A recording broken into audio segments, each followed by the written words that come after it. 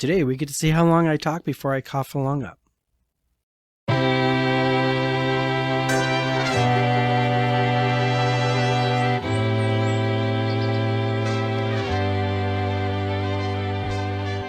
Hi there, I am Charles Ray Dawson, residential sales manager and associate broker at ProStar Realty. This is the Unnamed Real Estate Podcast, episode, I do believe, 127.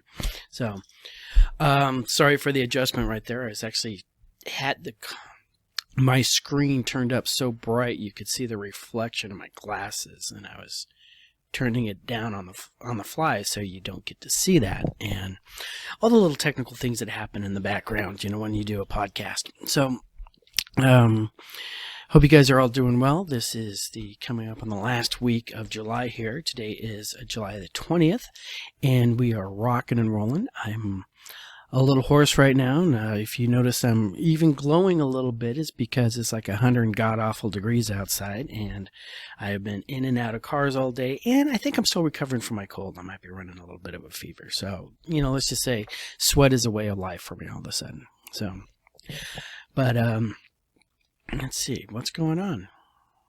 Nothing really new or unusual to report in the national news. There's been, various reports coming out saying house pricing going down in 2023. And remember, these are all national news sources that are talking about it at a national level. You got some pretty good Cromford report numbers and everything showing how we're turning over on that. And with a couple new changes, which looks interesting going on. So, hey, let's just jump into that. And then I'm going to talk to you about Cure after the numbers. So let's take a look at our numbers today for July 20th, 2023. Actives this week are 11,162. Okay, I'm going to be hitting the cough button this entire time right there. This episode of the Unnamed Real Estate Podcast brought to you by Ricola Cough Drops. The cough drops are professionals everywhere. So, July 20th, 2022, actives this week are 11,162, up 31 from the week before. New listings are 1,682, up 18. Contracts are 2,113, down 35. Closings last week were 1,573. Coming soon to an MLS near you is 595 new listings. And I want you to know, numbers are going up on the active list, all right? Now, I didn't really look at the spreadsheet or anything like that, but to see, you know what? Let's go to the jump. Sure enough, that's what I thought. This is the first time inventory has been added. All right. Yesterday, we were up 31 from the week prior to that, since all the way back in October 26, which when we hit our peak before, we started sliding back into inventory. All right. Back then, we had 20,632. We have now dropped down. It looks like our lowest number so far is going to be 11,131. That was last week. So, long story short, is the change going to stick? Is this a new trend change? Don't know. Let's take a look at what's going on. Cromford's reporting. Supply is down at 48.9. All right. But demand's also dropped down to 79.2, which means a Cromford report number actually dropped from 162.7 last week to 161.7, right? Which means we are starting to, market is starting to slow down, demand is starting to slow off, and the rate of demand slowing off is faster than the rate of supply slowing off, right? Which means Cromford report numbers go down. Let's take a look at our regional areas, all right? A lot of red on here. Notice we started the bleed started happening a couple weeks ago. Chandler's still leaving the pack, all right, at 331. Fountain Hills, though, is down 8%. Glendale's down 18%. Party's over, guys, all right, even though it's still going on. That one person has dropped the drink and suddenly killed the buzz, all right. People are still going to try to keep the party going. All right, but 18%, that's a big jump month over month, but not as bad as Cave Creek. Cave Creek has come down 23% month over month, down to 136, still technically a seller's market. All right, in fact, nothing on here is showing in a buyer's market. The closest thing we have, you could almost say that, is Buckeye still up 14% month over month, but they're at 106.6. And what, of course, is, driving this whole thing? It's the interest rates, boys and girls. Let's take a look at and see if there's any other thing that's really jumping out on me here. Mesa's still going up. Paradise Valley still going up. Scottsdale still going up. Paradise Valley and Scottsdale tend to track really close to each other. So Surprise is still going up.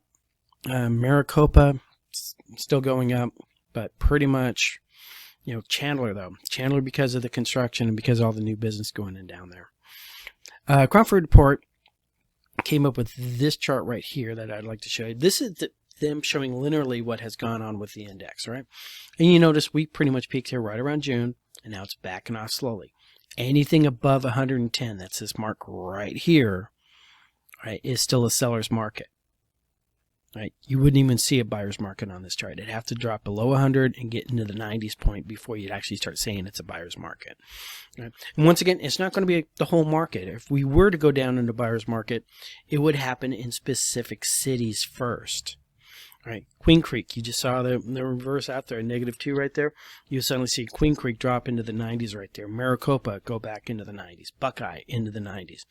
Right? And then it would spread from there. So, sorry guys, don't get too excited about, oh my God, houses are suddenly going to be affordable. Because what's going to make them affordable is the interest rates changing. Another thing I wanted to point out here, this is the months of supply, right? 3.5 is considered a healthy, balanced market, right? For you guys who can't see this on your screens, one up, 3.5 is actually right here, right? So you remember when we hit that point where I was saying, November, everybody was waiting for the buyer's market, and I said the first 3 weeks of November was your buyer's market. There's your 3 weeks of November right there. That's when buyers suddenly had all the cards, and we've been trending down ever since until June, and now we're starting to trickle back up in supply. You will not see prices drop as in houses suddenly start losing more until you see this right up here at 4.5 months, 4 months, 4.5 months. That's when you actually start seeing home prices drop. We got a long way to go between then and there. And that's even saying we get that far. Because if you notice, back here in 2021, we were bouncing around. It was less than a month in inventory. We had less than a month of inventory the entire year of 2021. All right. What happened here? Interest rates. Price of money went up. All right. What's happening here? All right. It's just people are not putting their houses on the market because they don't know where they're going to go. All right. If you don't know where you're going to go, the only time you sell your house is when you have to sell your house. Your job moved, your wife's kicking you out, you died, whatever that situation is. All right. So that's our monthly numbers. Now, one of the things, once again, the magic number everybody keeps saying out there at the national level is 5.5. And there was a lot of people projecting we would be seeing interest rates in the 5s sometimes this year. Some people were saying we should be seeing it right now. We should be seeing a 5 before interest rates. All right. And then bond market, craziness, everything else. Fundamentally, with the CMI, they're starting to lose the reason to justify having higher interest rates. Right. I mean, from a Fed level. Remember, our rates track to the 10-year bond market, and that's something you really want to keep an eye on that. But sooner or later, once this all settles back out, right, I think any kind of inventory you see building up right now is going to disappear the first 2 weeks after you see a 5 before an interest rate. I personally know about 3 buyers who'd be ready to go tomorrow if their interest rates were in their 5s. So let's say it on that. All right. So I also wanted to talk about something. This is a topic that came up this week. Actually, it came up this weekend. And I'm going to talk about an agent I know. I'm also going to spit this thing out because it's making me slur my words. Hold on for a second. Don't look. All right. So, in the contract, all right, there are things that need to happen. All right. Some things the buyer needs to do, some things the seller needs to do. All right. But ultimately, the contract is an agreement between two parties that they're going to do something. And, as things go along, sometimes one side or the other doesn't do something that they were obligated to do on a certain time. It can be weird things like, hey, you were supposed to have the utilities on during a home inspection. You did not have the utilities on during our home inspection. Right? Now, the way that this contract is written, and the way contracts are written by smart attorneys, all right, is instead of going directly to, oh, you're in breach of contract, call the lawyers up, over the top boys, we're going to go get them. You have something called a cure notice and a cure period.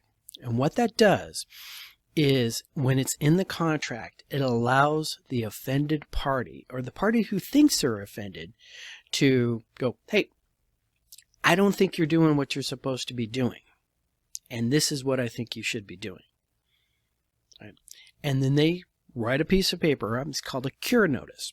Right? And if you're good at writing a cure notice, you specifically call out the line and topic and what the other party is supposed to do. Right? So, if that, you are at that point putting the other side on notice. You have not done what you were supposed to do. And in return, the other side receiving a cure notice then gets 3 days to rectify the situation.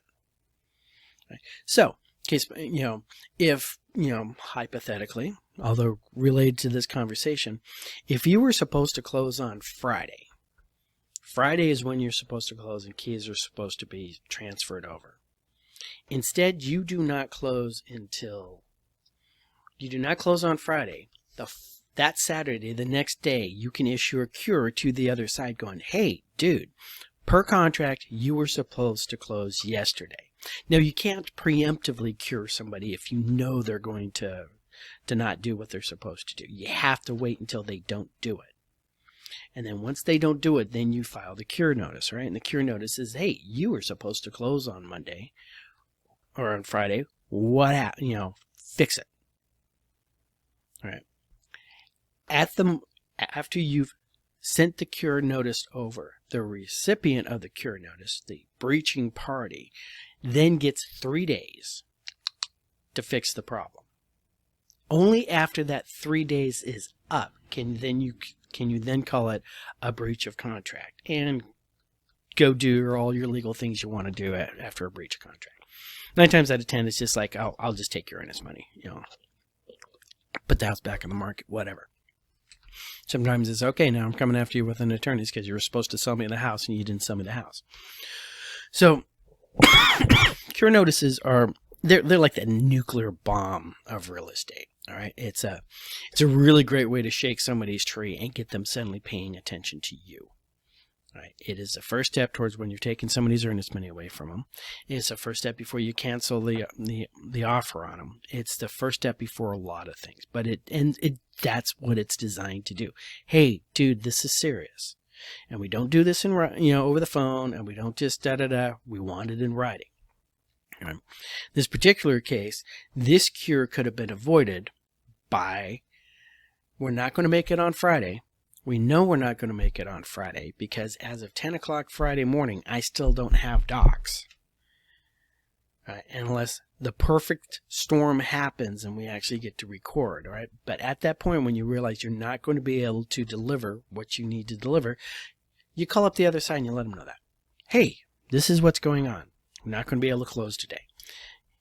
I'm sending you over an addendum, push and close of escrow back to this date that I know we're going to be able to make it. Great. Send it over. No problem. Done deal. Beautiful. All right. But if you don't do that, you can expect the cure notice the next day. So I hope that sort of explains that. And the reason why we're doing cure notice is because of 2 things. One, because there was an incident this weekend, with an agent that I know of that, called me up and we were having that conversation. The second time around on that is, it just came up because somebody else in another profession was having issues with, where they were going over a cure notice for like some sort of employment contract, right? So it's very common out there if you're going to, if you're not touching into legalese or practicing law or anything like that, but don't be suddenly terrified if you're seeing something that says cure on it. Just be aware of what is going on and what it potentially means. So I got agents flashing at me over here and, want me to call them back and whatnot. So let's roll this up, all right? Because my agents are part of my circles. And hopefully you have circles, and hopefully you work your circles, and hopefully you're watching those children and pets around the water, especially as hot it is out there. We didn't get our monsoons, but they're coming soon, so don't drive in anything flooded. All right, you guys have a great weekend. I'll talk to you guys all later.